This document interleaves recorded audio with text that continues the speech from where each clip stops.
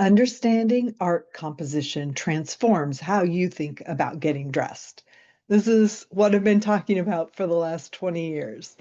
Recently, I was watching a video by Hannah Louise Poston where she was talking about using foreground and background to create a focal point in an outfit. She's brilliant at breaking down visual concepts, and I was following along, nodding, agreeing, but then something clicked for me that went beyond what she was teaching. The principle of foreground and background isn't just within your outfit. It's about your outfit and actually your whole self as an artistic composition in relationship to the environment where you find yourself. You are the foreground. Your environment is the background. And when you understand this one principle of art composition, suddenly so many wardrobe mysteries start making sense. In today's episode, I'm going to show you how this artistic principle explains why your black outfit feels perfect on a rainy morning, but then dull when the sun comes out in the afternoon. Why your orange sweater works with brown in October, but feels wrong with brown in April.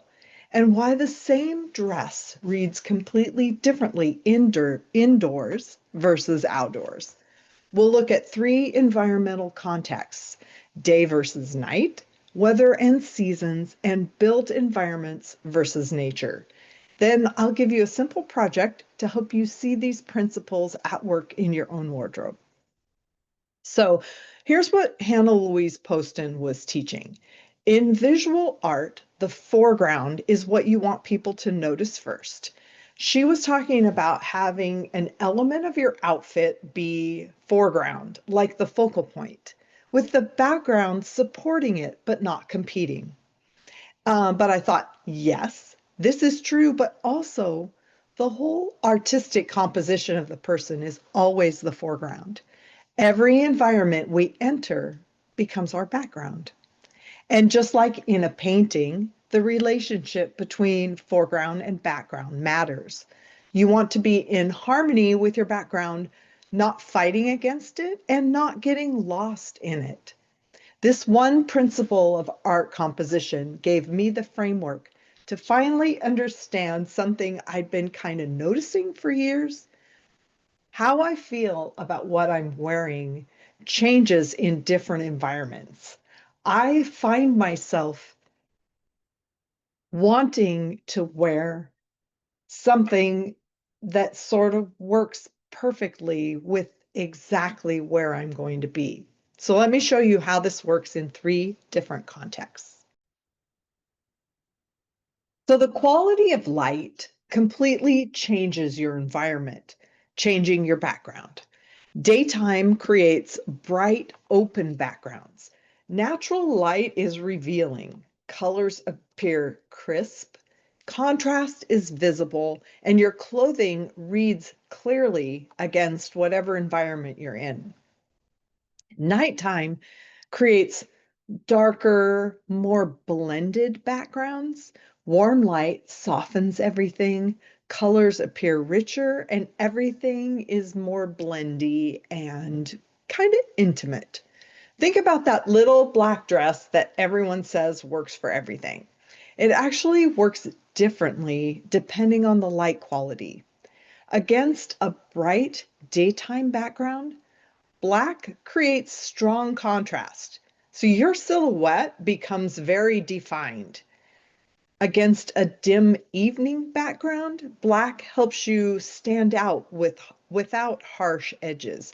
And then if you add sparkle to black at night, it further diffuses everything. So, thinking about this whole black is slimming thing, maybe yes, uh, at night, and especially with some sparkle. And I don't know, hold that thought.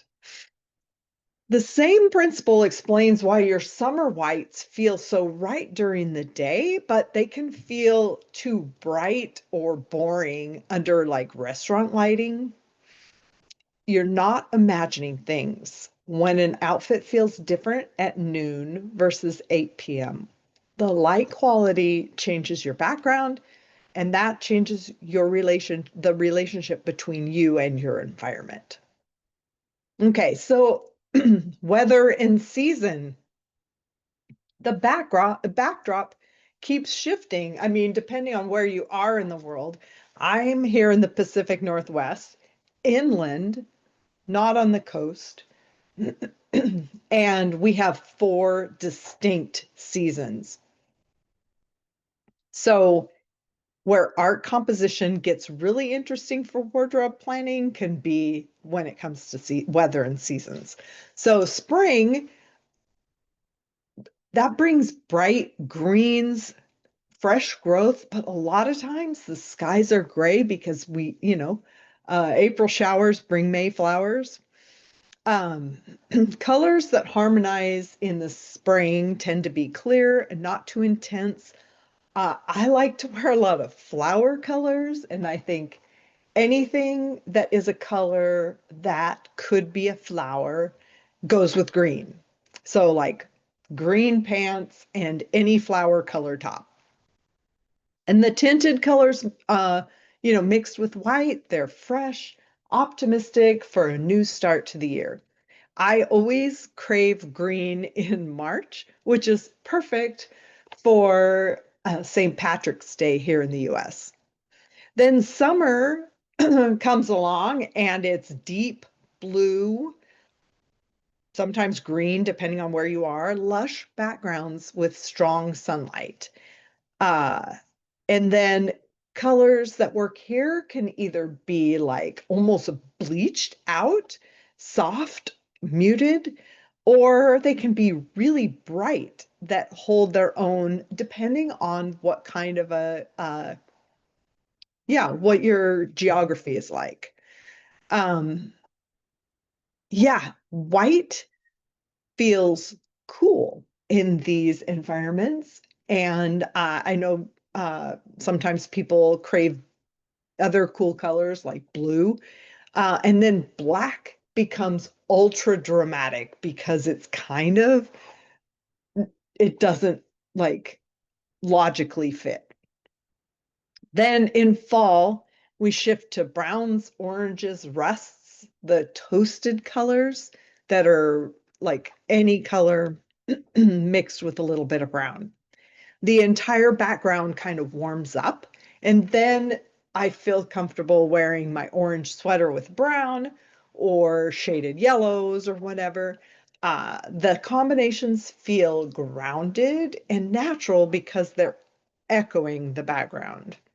Then winter strips color away. We have bare branches, gray skies, white snow. We get white snow. We get snow here a lot. Other places, this might be different, but the background kind of becomes stark, and shaded colors that are darkened with black make sense.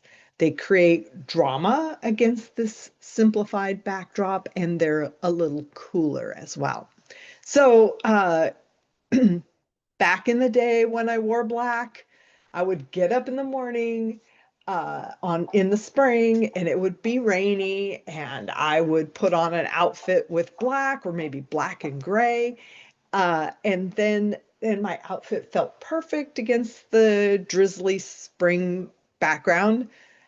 The contrast was gentle. I was still foreground. Then the sun would come out and the greens would brighten up and the sky would be blue and the black felt heavy and the dusty and dull. And so the background had changed. The background foreground relationship had shifted completely. So my guide to seasonal energy and personality colors breaks down seasonal color resonances, how tinted, muted, toasted, and shaded colors create different psychological effects. And you can find that link in the show description or at my website, signaturestylesystems.com, and grab that free guide. Okay, so built environments versus nature. That's the third context. Where are you spending your time? Indoor and outdoor settings are completely different backgrounds for your clothing. And I mean, this could even like have to do if you work in an office with what the office color scheme and decor are. Uh, Built environments tend to be more controlled. Offices have neutral walls, unless you're unless you have like branding color walls, uh, in which case, yeah, I hope that that your company's branding colors are within your palette. Restaurants use deliberate lighting. Your home has whatever color palette you happen to have, what you've chosen, and the backgrounds are predictable. So, so your, clothing can be more varied, maybe, and depending on what kind of environment you're in. But nature, nature is constantly changing. Sky, trees, water, earth, though all that shifts, and it's a strong background depending on the weather and the season. And yeah, and so that your clothing uh it first needs to support you. But I think that we notice that that our desires change depending on our context, and that is because we want to harmonize with the context and, yeah, stand out from it a little too. So here's where the black is slimming myth falls apart. So imagine yourself as foreground, wearing black against a bright outdoor background, like a sunny day, a light colored building, or a beach. The point of highest contrast isn't your clothing against your body, it's your entire silhouette against the background. You've basically outlined yourself in bold marker. And that doesn't mean don't wear black outdoors. It just means understand what you're creating. Against certain backgrounds, black creates drama through contrast. And against others, it creates harmony and depth. The art composition principle helps you just see what effect you're creating. So I wear orange all year round. In spring and summer, I combine it with hot pink or blue and white. And those are colors that hold their own against bright backgrounds, and make me stand out as the foreground in the composition. But now I'm wearing, this time of year, I'm wearing orange with shaded yellow, or like last week, I wore orange and brown. And I only do these combinations in the fall because they harmonize with autumn's toasted color background. In spring, I think orange with brown kind of feels muddy against all that bright green. And this explains another frustration I've had. Gym clothes only come in black and gray. I mean, they come in some bright colors too, but they're always mixed with black and gray, it seems like, which makes sense when you think about like the background of a gym. And then outdoor sporty clothes, besides coming in black, which is ubiquitous, everything comes in black, mostly they come in muted greens and blues. So, how do you actually use art composition principles when getting dressed? Start noticing the relationship between what you're wearing and where you're going. You are the foreground, the environment is the background, and the goal is harmony between the two, but for you to subtly stand out. This doesn't mean everything has to match the season or blend with the walls. It just means being intentional about whether you're creating harmony or contrast, and that is completely your choice. And then making sure that the contrast is working for you rather than against you. So think about things like, where do you spend most of your days? Indoors or outdoors? What's the light quality? what season is showing up in the background. Is it the green of summer?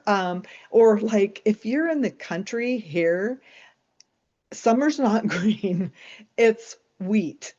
Uh, and I don't know, I suppose if you're maybe in the Midwest or something and you're outdoors, it's corn, not wheat. I don't know. Um, yeah.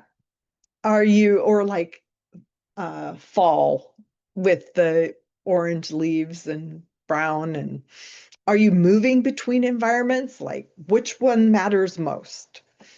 Then when you understand these art composition principles, you can stop feeling confused about it, why your outfit feels right in one environment and not in another. And then start seeing the background, not just the foreground, and you're treating yourself like a walking work of art. If you're realizing that understanding your colors in relationship to your environment is something you want to explore more deeply, the congruence code might be your next step. It's where you discover the wiring of your mind, define what truly matters in your style, and align your colors with your energy. You can learn more about that at signaturestylesystems.com. This one principle of art composition gave me the framework to finally understand something I'd been noticing for years. How I feel about what I'm wearing changes depending on my environment. Here's something simple you can do this week to integrate these principles into your wardrobe. Go around the rainbow in your closet, Roy G. Biv. Uh, and for each color you own, notice what other colors you like to combine with it. Do these combinations shift by season? Like I said, I wear orange all year, but I combine it with hot pink or blue, and or like blue and white usually, anytime. But in the fall, that's the only time I combine it with like brown or shaded yellow. Try this with each color family in your wardrobe. You might discover that your blue pairs with white in the summer, but gray in the winter, or brown in the winter, or that your green works with navy in the spring, but brown in the autumn. And these aren't random preferences. You are instinctively responding to the changing environmental background. Once you see this pattern consciously, you can use art composition principles intentionally in your wardrobe planning. Thanks for being here for the Signature Style Systems podcast. Have fun being you, and I will meet you back here again real soon.